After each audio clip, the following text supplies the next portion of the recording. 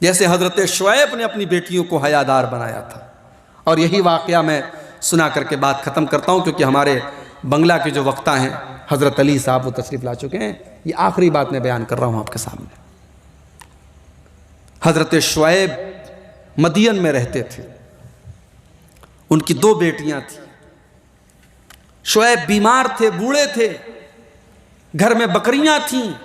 بکریوں کو پانی پلانے کا مسئلہ تھا، بکریوں کو چارہ کھلانے کا مسئلہ تھا. سارا کام ان کی بیٹیاں کرتی تھیں.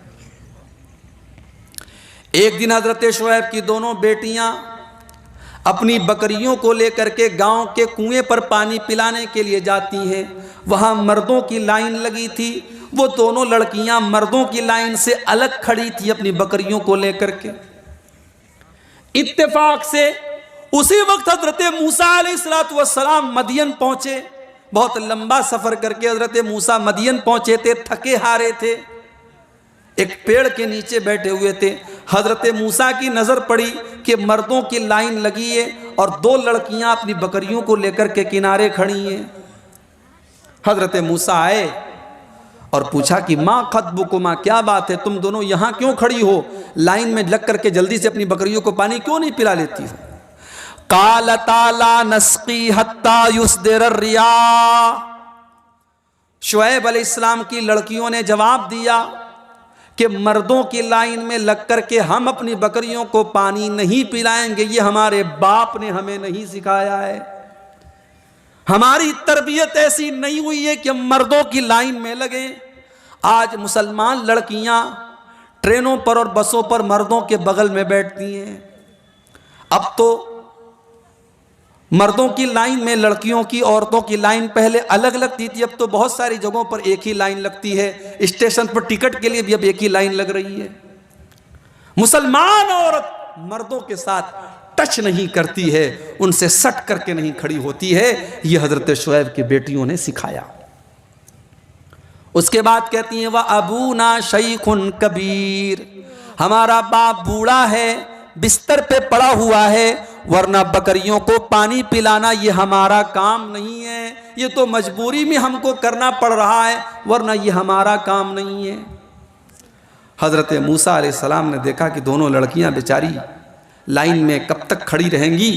انہوں نے کہا اچھا ادھر ایک کام کرو، مجھے اپنی بکری دو. ان کی بکری کو انہوں نے پکڑا اور ساری بھیڑ کو کراس کر کے آگے بڑھے. اور موسیٰ علیہ السلام ماشاءاللہ باڈی بلڈر بھی تھے. انہوں نے کنویں کا پتھر اپنے ہاتھ سے اٹھایا اور کنویں کے پانی کو کھینچا اور بکریوں کو پانی پلایا اور بکریاں ان کے حوالے کر دی. دونوں لڑکیوں نے بکریوں کو لیا اور اپنے گھر چلی گئی. آج کا ہمارے دور کا نوجوان ہوتا اور کسی لڑکی کی ایسی مدد کرتا تو جاتے جاتے پوچھتا آپ کا نام کیا ہے، آپ کا موبائل نمبر ذرا بتا دیجئے، فیس بک کی آئی ڈی بتا دیجئے. حضرت موسیٰ علیہ السلام نے ایک مسلمان نوجوان کا کیریکٹر پیش کیا کہ اگر کوئی لڑکی ہے، کوئی عورت ہے مصیبت میں گھری ہے تو اس کی کمزوری کا فائدہ مت اٹھاؤ، اس کی مدد کرو اور مدد کر کے اس کا موبائل نمبر حاصل کرنے کی اور اس کا نام پوچھنے کی ضرورت مت محسوس کرو. دونوں لڑکیاں چلی گئیں. اب موسیٰ علیہ السلام آئے، اب پھر پیڑ کے نیچے بیٹھ گئے. اب آسمان کی طرف ہاتھ اٹھا کے دعا کرتے ہیں رب انی لما انزلت الی من خیر فقیر. اے میرے پروردگار، میں بہت دور کا سفر کر کے آیا ہوں، میں بھوکا ہوں، میں پیاسا ہوں، نہ میرے سر کے اوپر چھت ہے، نہ میرے پیٹ میں اناج کا دانہ ہے. پروردگار میں تیرے کرم کا محتاج ہوں، تو اپنا کرم میرے اوپر نازل فرما. ابھی موسیٰ علیہ السلام نے دعا کی، اتنے میں دونوں لڑکیوں میں سے ایک لڑکی آئی. اب ذرا غور کیجئے گا، جس بات کو بیان کرنے کے لیے میں نے پورا واقعہ آپ کو سنایا ہے وہ بات بیان کر کے میں بات ختم کر رہا ہوں. دونوں لڑکیوں میں سے ایک لڑکی آئی. اب وہ لڑکی کیسے آئی، قرآن کریم اس کے چلنے کا انداز بتا رہا ہے. فَجَاءَتْهُ إِحْدَاهُمَا تَمْشِي عَلَى اسْتِحْيَاءٍ. دونوں لڑکیوں میں سے ایک لڑکی شرماتے شرماتے چلتے چلتے آئی. اس کی چال کے اندر بھی شرم تھی، وہ شرما کے چل رہی تھی.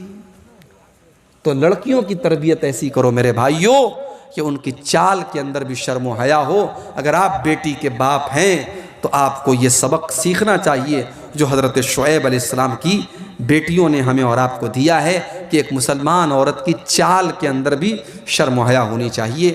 یہ اولاد کی تربیت اور گھر والوں کی تربیت کے تعلق سے چند اہم باتیں تھیں۔ ہم اللہ سے دعا کرتے ہیں رب العالمین ہم سب کو اپنی اور اپنے گھر والوں کی اصلاح کرنے کی توفیق عطا فرمائے۔ رب العالمین ہمیں اپنے آپ کو اور اپنے گھر والوں کو جہنم کی آگ سے بچانے کی توفیق دے۔